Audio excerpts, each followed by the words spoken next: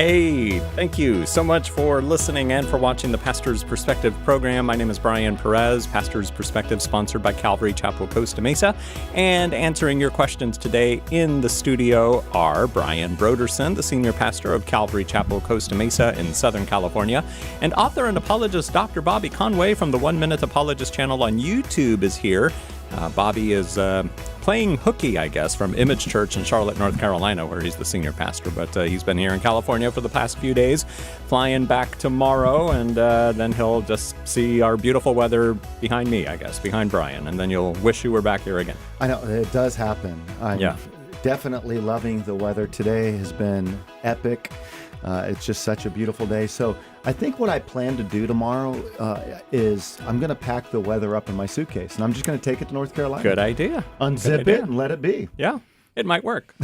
And if it doesn't, well, yeah, it probably won't. Brian, how are you? I'm good. You probably still have decent weather in North Carolina, right? Yeah, the weather is actually really beautiful like in at the this fall, time. You guys have nice fall weather. Absolutely. And fall's beautiful. You're driving and the leaves start falling off.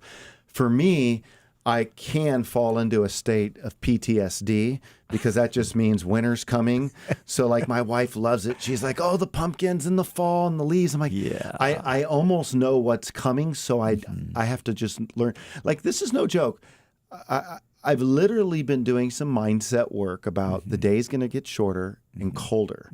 And I just got to be okay with that. Like my inner world should not be adjusted because of temperatures and shorter days. Yeah. But it's crazy how the weather can affect me. Like sitting outside on an 82-degree day like today, it's like a balm to my soul. In the same way, the other one is like a... Yeah. So many spiritual analogies in that. I don't know. Yeah. Well, when we lived in London in the wintertime, the dead of winter, the sun would come up about 8, a little bit after 8, and it would be pitch black by 4. Did that affect you sometimes? Well, sometimes I just forget to change out of my pajamas, It's like I would... Right, yeah. All of a sudden it's nighttime again. It's like I never even got to put on any clothes today. Yeah. So, yeah. Well, that's what I'll do then this winter. Thank you. I'll just stay in my PJs. Get yourself a good set of pajamas. Flannels. Then when we see you on camera, you'll be wearing your PJs. That's right. That'll be great. All right. So 888-564-6173 is the number to call. If you were listening yesterday and the day before, we told you that Dr. Lou Wing was going to be on the program with us in the studio, but something happened and he wasn't able to come in. So we're trying to get him on Skype at least. Yeah, there was apparently there was a car accident on the freeway. Okay. And so he was just, stuck in traffic and finally figured he's never going to make it up. So turned around and went home. And now he's stuck in traffic on the internet trying to figure out how to get on this road to Pastor's Perspective. So, yeah, I'm sure we'll get it sorted out here pretty soon. So. Very good. Yeah. So anyway, Dr. Lou Wing, Lou is a microbiologist. He has consulted with some of the world's largest pharmaceutical companies, things like that. He's been involved with the production of the vaccines and, working along all the way. Lou's been on the program a number of times before, especially in the, the first 6, 8, 9 months of COVID. We had him on like every Friday. Pretty regularly. Yep. And we haven't had Lou on for some time, but he reached out to me the other day and said, hey, we should do a program. And I was actually thinking that we should do a program so that it's confirmation. Yeah, it worked out perfectly. So we want to talk about, COVID. I saw a great thing in the news today, which is a subtle decrease in COVID cases across the country, which was really nice. And there was the subtitle there, has the variant, has it peaked? So thinking maybe this variant, what's it called? What variant? The Delta? Delta, yeah. The Delta variant, asking if it's peaked because of the decline, which would be really fantastic if that were the case. I remember hearing about one a few weeks ago. They were starting to talk about the Mu variant. Yeah. And it's just like, really? And now you don't hear about it anymore. Yeah. So Yeah. So this move shall pass, I guess. Yeah. I don't know. There he is. I see Dr. Wing. the Dr. How Wing. the heck are you? Right there. Great. Good to see your face. Yeah, it's good to be seen. Sorry, Yes, I can see your faces. Yes. sorry you had to brave the traffic jam on the 5. Mm-hmm. You know, that's another one of those wonderful, unpredicted moments. And it's almost like there's something happens when there's a divine protection from going into Orange County. I don't know what it is, but some of those kind of moments just happened. Yeah, there's probably a little too much freedom here. You wouldn't be able to really handle it. Because we are the free county. Well, that's one thing Bobby's Yes. not going to miss when he goes back to North Carolina is the traffic here in Orange County, right?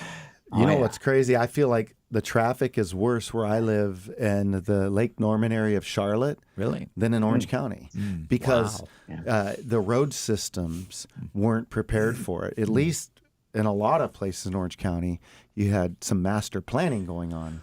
Well, I don't know about that. Well, Mission Viejo, Laguna Niguel area. The 405. What is the 405? What do they call the 405? What You're going to is get it, stuck like in traffic 405 hours. Yeah, 405. Yeah, okay. but what do they call? Like it's Armageddon. There's an Armageddon play off of. There's some Armageddon connection with the 405. Carmageddon? Carmageddon. That's That's it. it. Yes. Okay. Armageddon. And you know, you Yes. notice the 405 from say the John Wayne Airport up to the Long Beach Airport and even beyond. Oh, that's got to be. There's yeah. construction.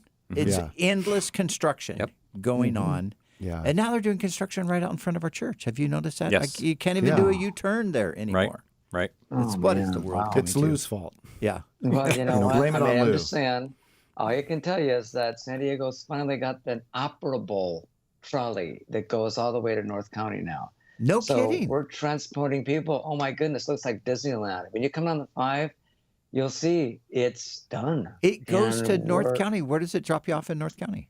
Well, I mean, quote unquote, North County, University City area. But Okay. so the that's South North continuation of County. the track is going to go, it's kind of, I mean, you know, relative to Imperial Beach. Yeah. You know, it goes up you see, and yeah, it's done. It's going to be a great way to transport all those that are coming across, you know, to let them have at it for the whole county. Yeah. So Yeah. yeah. Well, tell them just to extend it right up to Newport Beach. Yep. We'll make use I'm of it. sure that See, that's where that train that our governor friend is building. That's what they should have done, like a San Diego to Orange County thing instead of a Bakersfield to. Yeah. San Francisco. yeah, Yeah. Yeah. Right. Yeah, it's where Okay, everybody needs so it. Yeah. So, Dr. Wing, how are we doing in the fight against COVID-19? Well, you know, it's really interesting how phrases that I've used in the past of, you know, listen to the science and try to stay as objective as we can. And, you know, as believers, we're called to follow the Holy Spirit and His Word. And, you know, that whole spiritual endeavor that we are in walking with Jesus. And this tidal wave of politics has come over this issue, I think more so than any issue I've seen since I've been a believer for 50 years. And this has been one in which I believe the enemy has done everything he can to cause a spirit of fear beyond words. I mean, literally, it's like something happened with the anti-vaxxers that just was this, you know, horror that they would hear about adverse events. And some of the ones that I've heard, absolutely astounding. And I go to different churches and, you know, I'll find myself cornered by people, you know, condemning me for ever supporting this, you know, anathema. And I really think it's important to make it clear not only what's in the vaccine, what has been seen with the adverse events, and some of the evidence. I mean, I'm with an organization, it's an international consulting firm called Parexel, and you know the name is out there. And they're an organization, second largest contract research organization in the world for conducting clinical studies, many of which are COVID related. And you know, I see what the data is looking like and what some of the issues are. And yet, you know what? It doesn't matter. And in so many cases, because people will come with classic texts that will come sort of not to me directly, but go around me to different pastors. And, the pastors will come and, I've had a number of East Coast pastors calling me to say, this is all part of the global network. I knew you guys would do this. I went, oh, you got to be kidding me.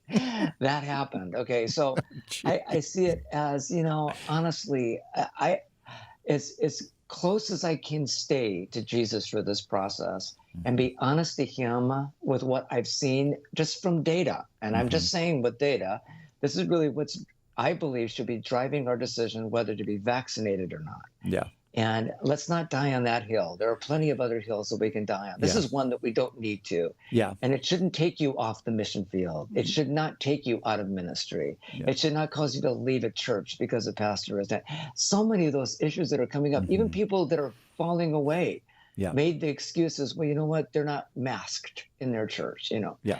So all that to say is... Yeah. Well, let's talk just about vaccines in general.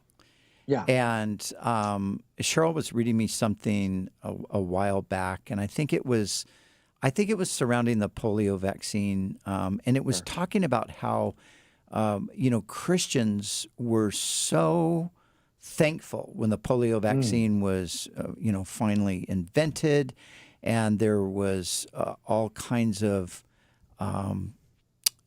just excitement among believers that, wow, this disease that has, killed people and maimed people, this is going to be taken care of now. And, so the response of the church to the polio vaccine was extremely positive. And so, we, Lou and I, we're close to the same age. So, I went to public school, got vaccinated, did all of that stuff. Sure. What has happened, in your opinion, Lou, that has caused such a severe negative reaction to this vaccine? It's not like this is the first vaccine in history, and it's like, everybody's going to be a guinea pig and we're just going to test it out, and probably everybody, half the people are going to die from it. Why all of the madness around it? Well, and I think it really stems to the COVID concept in general and its origin, and still that being this mystery, and sort of throwing in some of the Fauci issues and so on, and all of a sudden we want to start names on it, and it becomes this far more political than anything related to vaccine wonders like the polio vaccines or the even the vaccines that are currently used for the flu. And the idea is, when we think about what the vaccine, particularly the one that was invented, literally at Salk Institute down here, it was an oral version. Remember, we took the sugar cubes in elementary school. Yep. And it was an oral vaccine in which you literally took an attenuated virus and your body recognized it and made antibodies against it. And it was an innocuous vaccine by and large because it was an oral route. So it went to your GI tract, much more different than going into your intramuscular tissue. And that was, like I say, innocuous, but it was very effective in generating sufficient antibodies to really drive that disease completely out of our system, and to a point where we saw the effect of herd immunity. We saw the fact that the virus had no chance with the antibody response that we'd seen. And it was because it was a very unique virus. And because of the uniqueness of it, the antibody response was much more specific and much higher. So anything that even came close to looking like a polio virus was immediately recognized by your immune system, and it was eradicated. The challenge we're dealing with COVID or coronaviruses is that they're as numerous as any other cold virus, meaning that your immune system sees it, recognizes it, but has a fairly low level of recognition because its frequency, just like adenovirus, varies within, like we talk about cold season, we talk about, cold types of flus and so on, or, viruses. They're much more of a lower level, and they're seen at a greater frequency by your immune system. So there is a potential of having, residual illness and so on. And so when you get one such as the one we've experienced with the COVID version, it had a different genome and therefore had a higher level of infectivity, and the potential of it being able to cause damage to respiratory tissue, as we've seen, and especially vulnerable respiratory tissue, has been seen and has been recognized as, it is definitely a major pathogen. The real issue, though, is that the type of vaccine that we're using, and this is what makes it such a challenge, because it is literally probably one of the most novel and laudable versions of what you would really consider to vaccinate an individual with, because you're not using a virus to do it like you did with the polio vaccine or even the flu. You're using the components that make up a piece of this virus so that your body only makes antibodies against that one piece. And that one piece is the lock and key mechanism that gets the virus into those respiratory cells. So it's extremely potent in light of that. So having this vaccine is, I would consider, a really extraordinary scientific achievement. And it just from a scientific perspective. And then that technology now has been spread into the biotechnology community. And, Moderna has spun off a number of different organizations that are also working within the messenger RNA idea of being able to not just vaccinate, but actually develop different types of drugs that we've tried to use for gene therapies in the past. And now we're considering it even more so now for treating different types of illnesses with aberrant types of proteins and so on. So all that to say is, because of the novelty of this vaccine, the general public doesn't understand what messenger RNA is. They don't understand the difference. Therefore, because they don't understand it, that lack of understanding, this is not to be talking down to the public. It's simply stating that as scientists, we have apparently done a poor job in being able to present this with its laudable, and I would consider, novelty and really success from a scientific perspective. I mean, RNA 10 years ago was extremely expensive. Now we're able to do it at a fraction of the cost. And all that to say is that because we now brought the cost down, because of the specificity that's involved with this, it is nothing short of a miracle that we're able to generate a vaccine in the duration of time. And even when we call it an emergency use approval, it's simply because different groups that have been not neglected, but have not had the data analyzed for, like pregnant women and children, those are the studies that usually take most of the time for clinical or market approval.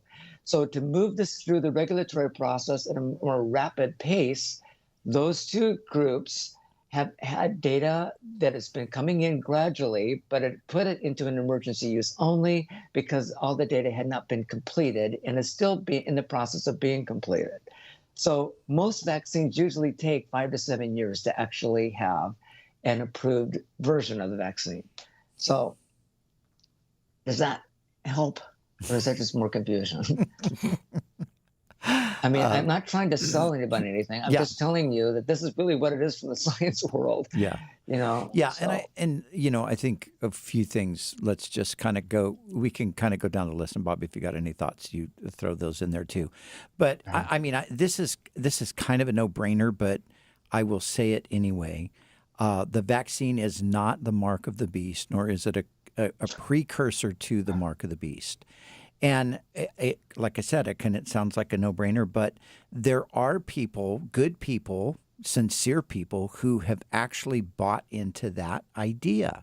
Mm-hmm. And I was talking to a person a couple of weeks ago, and they were telling me about another person who had taken the vaccine because maybe it was work-related, and I don't remember why they got the vaccine. So they went ahead and got the vaccine, but then afterward they were going through this anxiety over maybe they actually took the mark of the beast. And so I mean, how this has gotten to that kind of a level that's pretty crazy. And I think, like you were suggesting, Lou, I think there's some obvious spiritual warfare going on here. And, one of the tactics of the devil is to strike fear in people's hearts and minds over anything and everything possible. And so, but I've answered this question a number of times. The mark of the beast is a very specific thing. It is at a very specific time in history that we are not in at the present time. It is not a vaccine. It is something to do with buying and selling, because that's what the text of Revelation 13 tells us.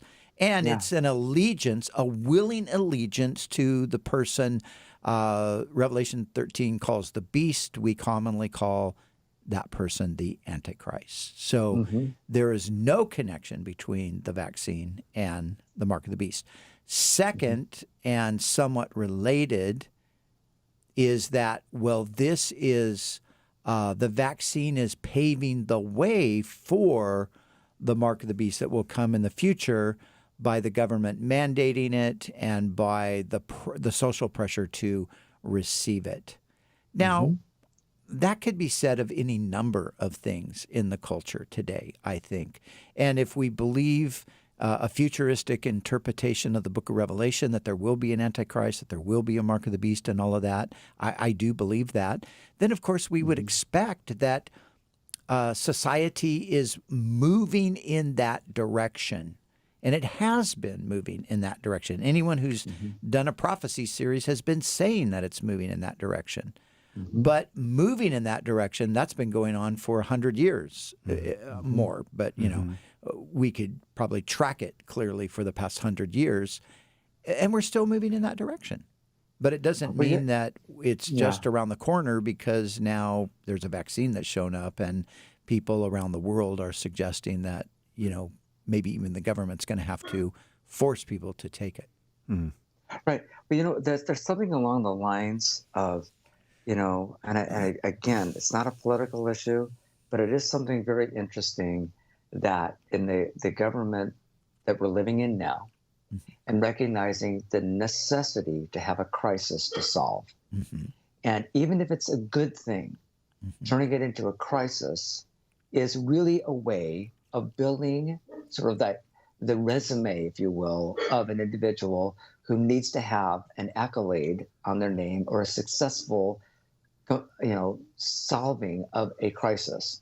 And to turn this vaccination issue into a crisis and to have it mandated, when in fact, if you really think of the science, it's just like any other vaccination. I don't want to say it's a no-brainer, but there's no reason why not to take this vaccine. So because of that, it really isn't the focus of the crisis. It's not worth losing your job over. It is simply understanding that if this guy wants to solve a crisis, let's not play that game.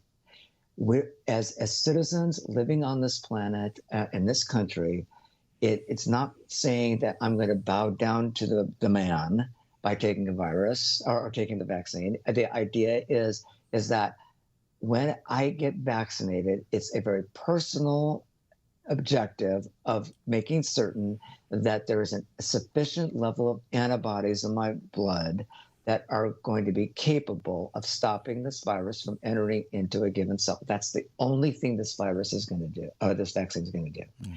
And because of the specificity, and really, oh my goodness, when people are talking to me about the different components that are in this, and they're saying, that they've never been tested before. Now, one of the components of this vaccine can go into a product without having to go through the rigors of what the FDA requires for excipients or anything that's added to the vaccine, so that it is, not only safe, but it's going to get and be effective in this locale that it's going to be administered. So, I mean, they brought up the different types of, nanoparticles or, some of the other type of additives that, are highly toxic, and there's no way that we've ever been able to see this in our bodies before. And all of those types of lies that have been generated by well-known individuals, which is even more mystifying, is that, I find myself, and I think we all have to step back and ask ourselves, what would be the rationale for giving a vaccine that's going to harm millions of people? What would be that rationale? Because in essence, it's like anything else. I mean, it would be the most, absurd way of even considering, what science is actually trying to do at this point. So I fight you got one camp or the other. Yeah. So Lou, I'm thinking too, and this is, for you to speak to this is so, I think, important because you are primarily a toxicologist. You're Right. the guy who looks at different drugs for toxicity levels that are going to be harmful, that Right. are not going to be put on the market or allowed to be, administered to people. That's what you have done for decades now. Decades, like 30 years. Yeah. And, polyethylene glycol at a concentration that is permitted by FDA is in many, many drugs, many. So that you take that off the table, that's one of the most feared of them all. And I got hammered on that one. I look at guys, if you want to go through, that's called the Inactive Ingredient Database on the FDA's website, and anybody can look at it, and you can see every single listed and known excipients that's in every drug, and it gives a maximum potency for each one of them. If a drug company does not follow the mandate of maximum potency or below that, you will get a refuse to file from FDA. That means that your drug is rejected. You have to go back and do a safety evaluation to determine whether that amount that you want to justify in your drug is possible. And if not, the drug is rejected. Many generic organizations suffer from this because they often want to add a novel excipient, or they want to add a little bit more because it makes it more soluble, and on the list goes on. And the FDA, that's one aspect that they're absolutely beyond religious on, that you cannot do that, and they will find it, and it will cause your drug to be rejected. And it's happened on many given drugs, and I've been a part of that many times. Yeah. So I can only tell you that this vaccine is not even a drug. Vaccines aren't drugs. They're templates only. They're only designed to elicit an immune response. That's all they can do. They're not therapeutic benefit at all. You're not treating people of COVID. You're simply giving your body every opportunity to generate a very unique antibody that is going to stop it from infecting you. So it's putting more soldiers into your body, but more specific ones, targeted soldiers. That's all this vaccine is doing. Wow. So if you think you're going to get cured of COVID from taking it, that's not what it's going to do. So I'm not mad at you guys. I'm just trying to throw it back at you. But I just think that, it's something that has to be really clearly stated. Yeah. Oh, my gosh. I've had people walk into these meetings at times with masks on and saying, like, and here you are standing in front of us without a mask on. How dare you? Yeah. I'm like, anyway, so. Lou has all of the emotions of every person dealing with COVID wrapped up in himself. One. Yeah, you can see that. Bobby, any questions that you can think of that you think would be good? I mean, I guess the question that I can feel as a layperson in this area is, do you see any hope of us ever getting out of a COVID-based world where there's not going to be periodic boosters? And then what about the FDA for all of us who are skeptical about what they approve and disapprove of?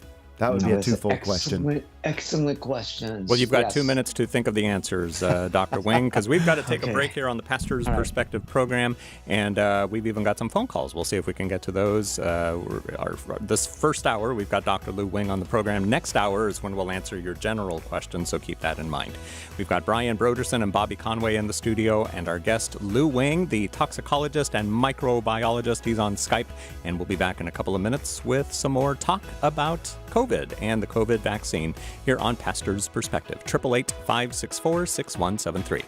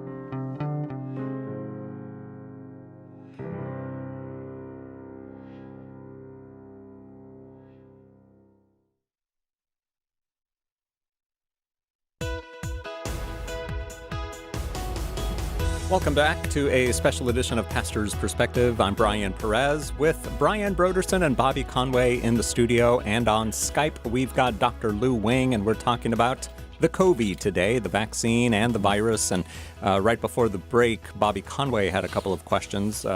Refresh our memory what those were, or if people just tuned in. Yeah, I think that there's a lot of people, Lou, myself included. I sit there and I go back and forth between these news stations, and I don't always know what narrative to believe. And I feel like we're split as a culture because some people have bought into one narrative.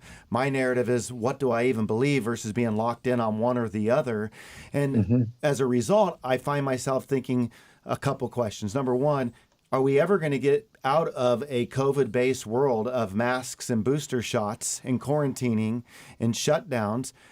And secondly, how do we know when we can trust the FDA or not? Because you'll hear things like, well, they approve of cigarettes, or they don't approve of vitamin C. And so then it's like, but they approve of this. And so some of the information that comes out, I find myself just paralyzed in what to believe and just shut down. No, those are excellent questions, Bobby, and certainly ones that, not only are they the reality of why the FDA was ever formed in the first place, and what is the FDA meant to do? That's one issue. And another one is, will there always be this concept of a COVID idea? We are coming into an era in which the prevalence of having novel types of bioweaponry, the whole world that we're looking at in terms of gene therapies, and we have these new kinds of treatments for cancer called oncolytic therapy, where we can actually use viruses to actually, like the HIV virus, we can take its RNA out and we can, reverse some of the genes, and then we could put it back into an HIV virus, administer it, and the virus will actually act like a HIV virus, yet it will be directed against a cancer cell and it will kill it. And so we're able to actually engineer viruses in very unique ways. Now, within all that, there's always the challenge of the wrong mix. And, just like what happened with the COVID vaccine or the virus, is able to leave the lab in some mysterious way. And what's to prevent that from happening in the future? I would love to be able to say that will never happen again.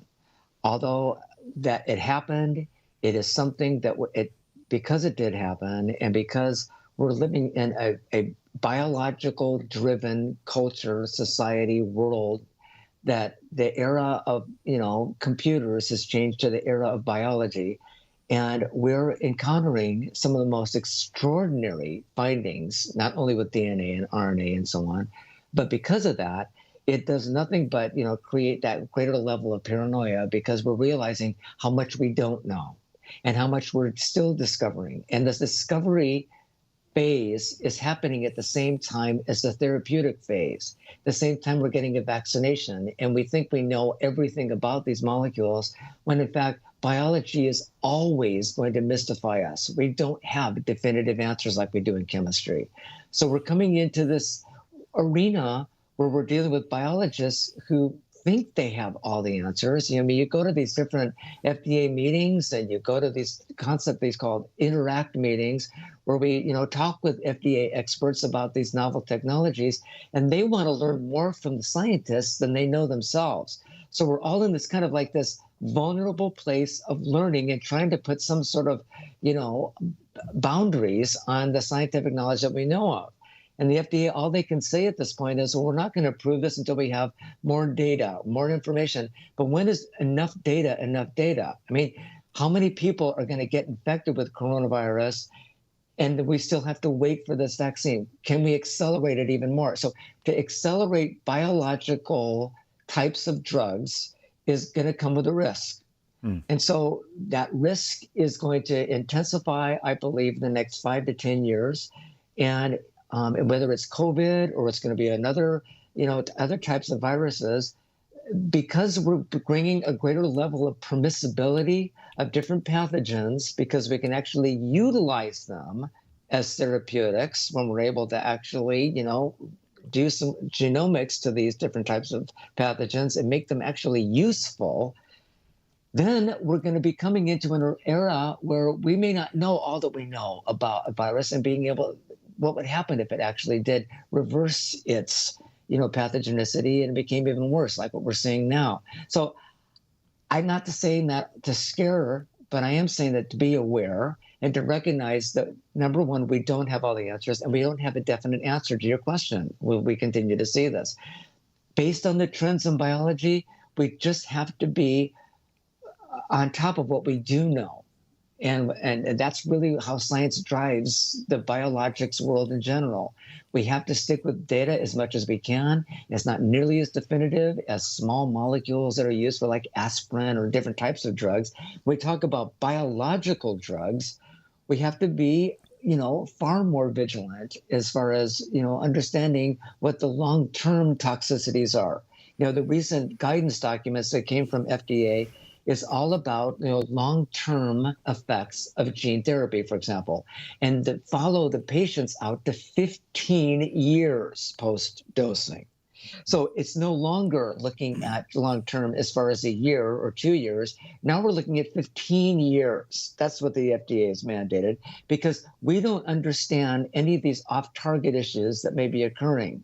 And we don't know whether it's going to have effects on other types of cells. So all that to say is, yes, because I work directly with the FDA, I trust them, and I trust what's going on in this institution in general. And it's not like I have to, but I do because I work with them frequently on a daily basis, and I see the responses, and I see that their desire is to have safety as the primary outcome over efficacy.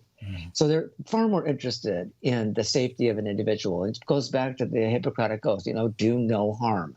And the whole objective of toxicology is understanding that threshold and recognizing what is allowed and what isn't. So every drug is going to have a different, threshold dose depending on the disease. A later stage cancer will accept more toxicity than those that are, like early onsets of different types of diseases. So I say all that in light of the fact that, we have to have some parameters on this. That's why being a Christian in the center of all this, and I go back to that, is that thank you, Jesus, for Psalm 139. He does know every single cell in our bodies better than we'll ever imagine, and he made it. He designed it. And that's why, going from that root of our belief systems dispels the fear, regardless what are, really primitive types of ideas to think that we can harness this biology. It goes, back to Psalm 131. It's too great for us.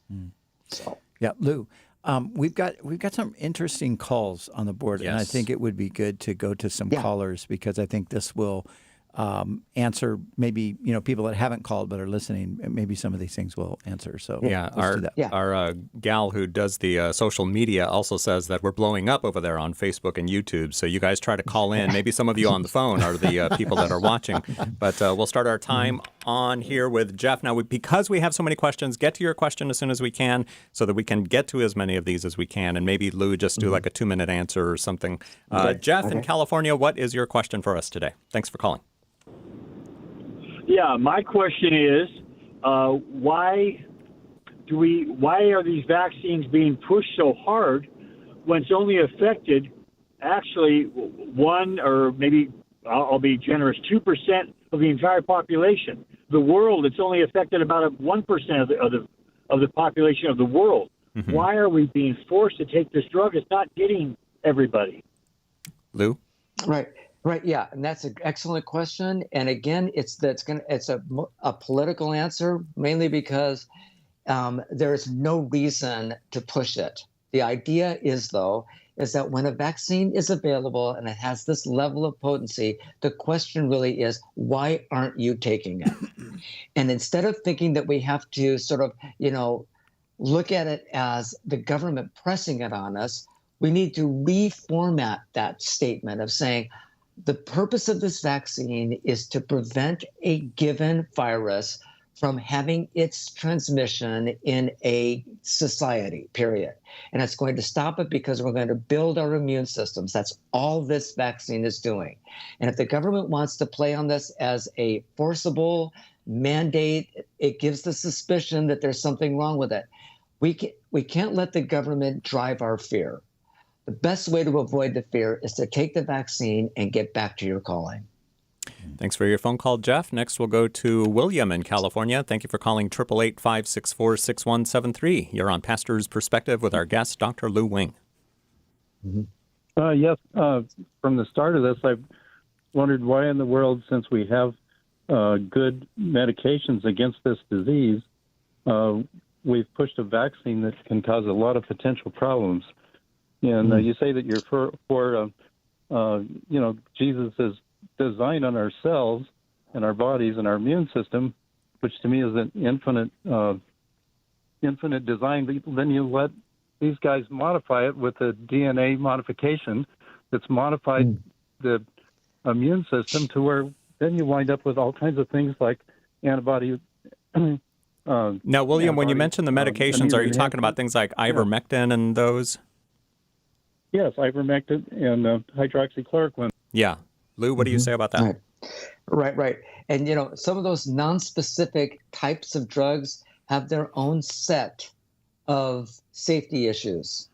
And those safety issues, if they're not moderated correctly, can become a problem. And I only say that in general as far as what those parameters can be. The idea behind the vaccine is that it's highly specific. It's targeted specifically for the cytoplasm of a cell, and it has no impact on the DNA of a cell at all. It's an RNA only.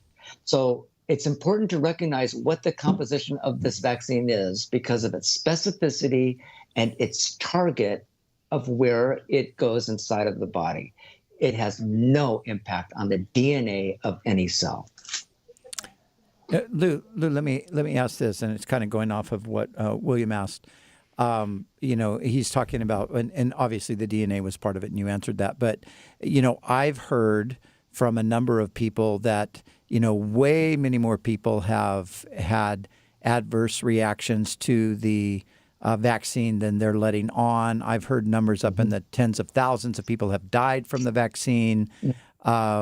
So what are the facts about, I know a bunch of people. I got the vaccine. I got the Johnson & Johnson vaccine. I had nothing. I didn't even know I got a vaccine. Didn't even hurt my arm. Cheryl got it. She had a little bit. Her arm was sore. She felt a little lightheaded. A couple of other people in my family felt flu-ish. And a couple of people have had kind of sort of COVID symptoms.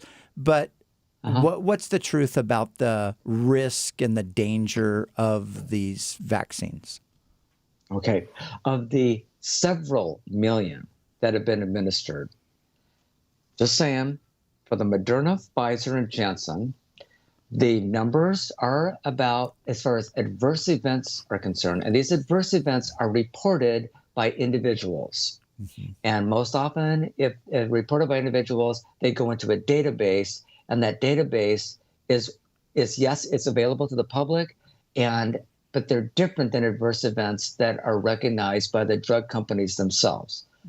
Doesn't mean that the individuals haven't, responded with what they're sensing, what they're feeling.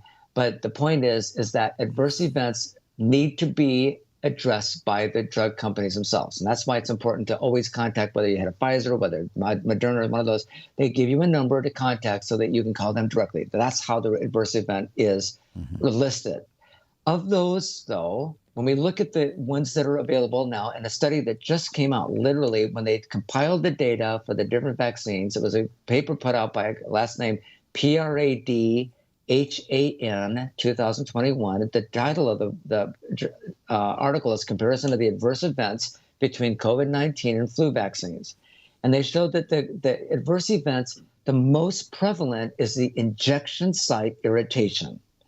First. Secondly, we've heard other ones that are, with the headaches, they've had, this sort of like induced type of flu, And there's been mostly, though, if not all, have been recoverable. Those that have had adverse events that led to any sort of mortality are very rare, and rare only because individuals that have had a mortality from a vaccine is always related to a pre-existing condition and or an aged individual who has already had vulnerability within their respiratory epithelium. Mm-hmm. So that's why it's very important when we hear about the thousands and thousands that have died, we've got to be very cautious about that, because you know what? That can spread like absolute wildfire. The percentage of these adverse events in light of the number of people that have been vaccinated is less than 0.01%. That's normal. That's extraordinary for a given drug. If you look at the normal drugs that are put on TV, the new ones that come out, I'm just saying for new drugs, listen to the adverse events that come up for a drug, okay? And those are what I would call adverse events. Yeah. So the adverse events that we're looking at here, you're going to get soreness. Yes, polyethylene glycol can cause some injection site pain. I get that. Understood. No problem. But it's recoverable. And over time, if you were to take an x-ray and look at, oh my gosh, my muscle feels like it's all eroded and all that, it's a response to your body is recognizing that it is a substance that's in, a location of your body that's going to cause some soreness. But it's the beautiful thing about your body is that it's really good at healing itself. Lou, so, anyway. I had a question as it relates to the vaccine, though, with the people who've already had COVID with natural immunity. So there's a lot of stuff out there like where I've heard, hey, if you get the vaccine, now you've compromised yourself more because you already had COVID. So how important is it for people to get a vaccine who've had COVID? Yeah, and that's, I think that was Diana's question, right, Diana? That's what you were going to ask? What Bobby just said? We're assuming it is. Okay, Lou, go ahead. Okay.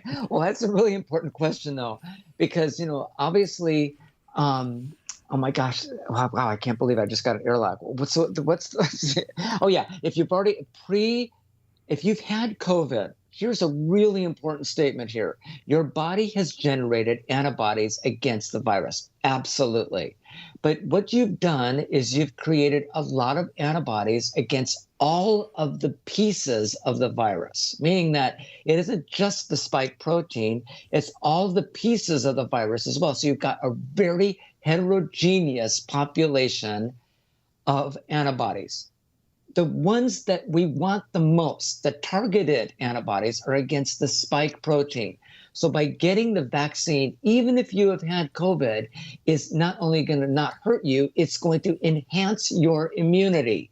So I'm just going to say this, you don't have to get the vaccine if you don't want. There's nobody telling you that you have to. But what I'm saying is that from a scientific perspective, by taking the vaccine, if you've had COVID, you're enhancing the number of antibodies against the spike protein, period. That's great. Lou, I'm going to ask this question. So there are people out there that have, immune suppression. They have autoimmune issues. Mm-hmm. And sometimes that people have kind of diagnosed themselves to have that. Other people obviously have, like HIV or maybe a cancer or something like that. Sure. I met a lady the other day, baptized a gal from, she was out of town. She's a cancer patient. And she came from another country, and she said, yeah, I had to get the vaccine, and I came, and I thought, wow, that's interesting. She's a cancer patient, but she gets the vaccine. So obviously she didn't have any deep concern that because I'm a cancer patient, the vaccine's going to actually, probably kill me. So what is the situation for people who have in some sense some autoimmune deficiency? Right. What do you say about the vaccine to a person like that? Right. And that's an excellent question because, these are referred to as idiopathic, meaning largely autoimmune disorders have a very difficult origin. We don't understand where it necessarily comes from, like lupus is a classic example. Yeah. There are many variables that play into, like even fibromyalgia can also be an idiopathic disorder. And so when individuals are diagnosed with something like that, it can be very mystifying and frustrating because they never know what kind of a drug to take. And the last thing they want to do is sort of, irritate the process by taking, a vaccine that may or may not, kind of exacerbate that problem. Yep. When in fact, the vaccine is only going to go into cells. And this is all it's going to do, go into cells and make the spike protein intracellular spike protein. That protein gets trafficked outside of the cell. It goes into your system.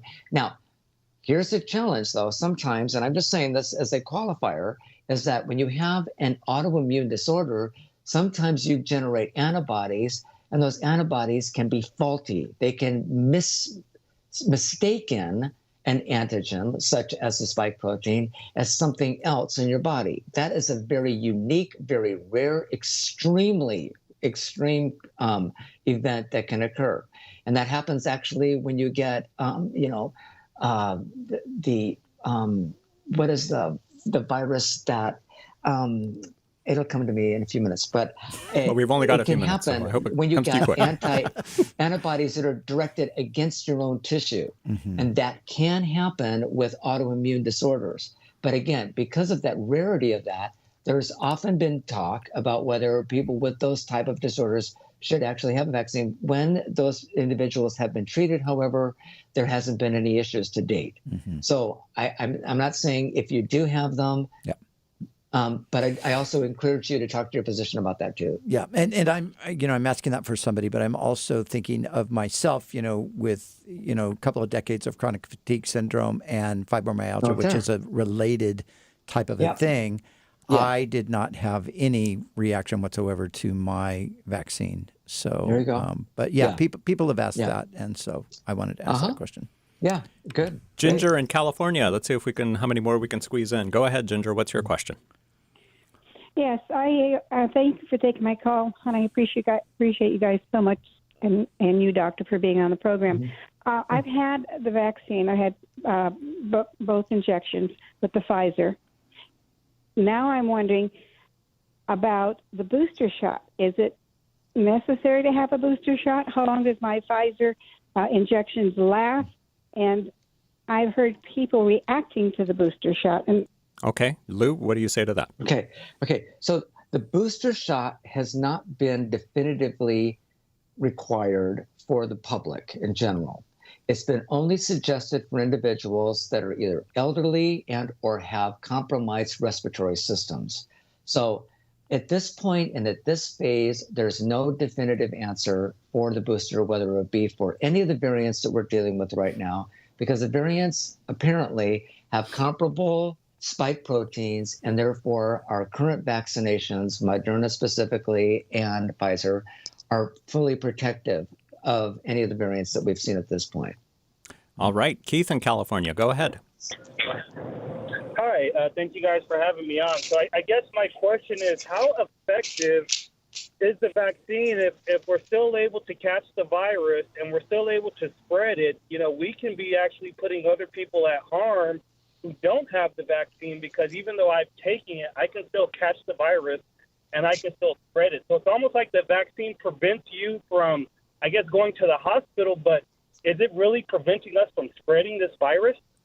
Right. Well, see, that's a great question, because, we are all carriers, but we have to remember that you're taking the responsibility by having that vaccine, and you have antibodies that are going to prevent it from entering into your cells. So you took personal responsibility to cover your own immune system, and that's laudable. And furthermore, any of the virus that's in your body that can't get into those cells is ultimately going to be eradicated. It doesn't sequester there for centuries and wait for you to become vulnerable to attack you.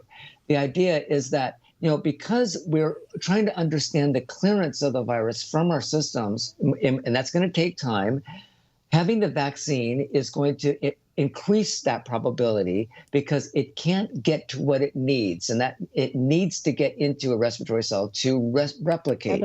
So because it's not able to replicate, it's not able to complete its life cycle. Wow. So Lou, lastly, we just got a minute here, but so what he was saying though, what about this? Because now I even heard Dr. Francis Collins the other day talk about, vaccinated people are getting the virus, but they're not having a severe reaction to it. Right. So in 10 seconds. What do you say about that? And I totally agree with that. And yes, it's not 100% foolproof, but thank God it's at least 95. Yeah. Cool. Thanks, Lou. Great to see you. Lou. All right. God bless you guys. Yeah, God bless you, buddy. Pastor's Perspective is the fastest hour on the radio. Today, I think it went even twice, faster than fast. But that is all the time we have on this hour of the Pastor's Perspective program. So your general questions, we'll get to those next hour. Phil Metzger will be joining us on the Skype line. Once we disconnect from Lou Wing, then we'll put Phil Metzger on the program. But thank you so much for listening today. Make sure to check out Facebook and YouTube and Spotify later to listen to this program again or to share it with your friends. Pastor's Perspective is sponsored by Calvary Chapel, Costa Mesa.